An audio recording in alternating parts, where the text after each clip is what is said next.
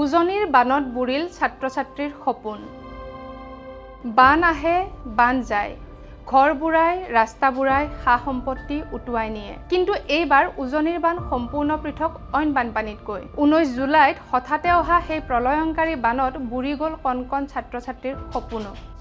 শিৱসাগৰৰ ৰুদ্ৰসাগৰ পঞ্চায়তত বানৰ মাজত দেখা গৈছে এক হৃদয় বিদাৰক ছবি। ঘৰত সোমোৱা বানে বুৰাই পেলালে ছাত্ৰ-ছাত্ৰীৰ কিতাপ বহি। বোকা পানীত একাকাৰ হৈ পৰিল তেওঁলোকৰ পঢ়া-শুনাৰ একমাত্ৰ সম্বল। এফালে মূৰৰ ওপৰত ঘৰ নাই, আনফালে হাতত নাই পঢ়াৰ কিতাপ। আশ্ৰয় শিবিৰৰ কাষৰ ৰাস্তাত ত্ৰিপালৰ তলত আশ্ৰয় লৈছে বানাক্ৰান্ত পৰিয়ালে। এই কঠিন পৰিস্থিতিৰ মাজতো এগৰাকী বৃদ্ধা আৰু এজন কিশোৰে পানীৰে তিতি নষ্ট হোৱা কিতাপ বহি ৰাস্তাৰ ওপৰত মেলি শুকুৱাবলৈ চেষ্টা কৰিছে। প্ৰশ্ন হয়, বানে কেৱল ঘৰ-বাৰী আৰু সা-সম্পত্তিয়ে উটুৱাই নিলে নে লগতে উটুৱাই নিলে কণ কণ শিশুৰ সপোনবোৰ? বানত উটি যোৱা, তিতি যোৱা সেই কিতাপবোৰৰ প্ৰতিশিলা পাততেইতো লিখা আছিল প্ৰতিজন ছাত্ৰৰ সপোন। ভৱিষ্যতে কিবা এটা হোৱাৰ আশা, ভালকৈ পঢ়ি নিজৰ জীৱন সলনি কৰাৰ সপোন। মানে ঘৰত পানী সোমাইছিলে, গোটেই কিতাপবোৰ পানীত সোমাই গ'লে তেতিয়া শুকুৱাই থাকিবলগীয়া হৈছে ৰাস্তাত। মই ক্লাছ 8ত পঢ়োঁ এতিয়া আমাৰ এমাহসকলে হ'ল। মোৰ ঘৰ এইটো ঘৰ ভাগি গ'ল আচলতে, মানে ভাগো হৈ আছে। মোৰ চব কিতাপ তিতি গ'ল, কিতাপ বহি চব তিতি গ'ল, দাদাও কিতাপ চব তিতি গ'ল। এতিয়া আমি তেনেকুৱা আহ্বান জনাম যে আমাক কিতাপ পঢ়িব আমাক দিয়া হয়, যাতে বেগ চেগ দিয়া হয়।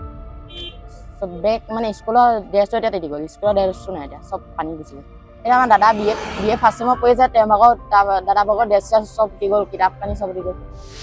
আজিও সহায়ৰ অপেক্ষাত ৰুদ্ৰসাগৰৰ বহু বানাক্ৰান্ত পৰিয়াল। বানপীড়িতসকলৰ অভিযোগ, এই দুৰ্যোগৰ কঠিন সময়তো পৰ্যাপ্ত চৰকাৰী সাহায্য লাভ কৰা নাই তেওঁলোকে। আনকি স্থানীয় বিধায়ক অখিল গগৈৰ ফালৰ পৰাও সহায় সহযোগিতা নোপোৱাৰ অভিযোগ উত্থাপন কৰিছে ৰুদ্ৰসাগৰ পঞ্চায়তৰ বানপীড়িতই।